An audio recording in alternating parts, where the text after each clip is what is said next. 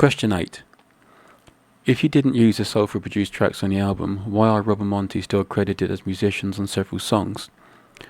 Well, the reason is it actually gets a bit confusing. You've got all these parts coming back from different people, and you end up with a version of a song.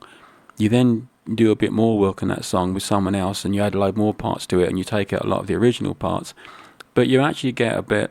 I genuinely actually got confused as to who had played on what and who hadn't, and what bits were taken off, and how many of those original bits had then been reprocessed and given a new name and put back on the track. And I couldn't remember where they'd come from.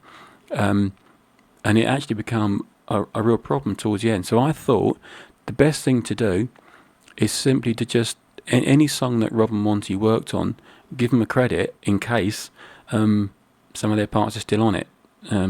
Once or twice they were, and I knew they were. There's one or two guitar parts that Rob did, which I know I think is on Halo. There's definitely a Rob guitar part on that, which is great.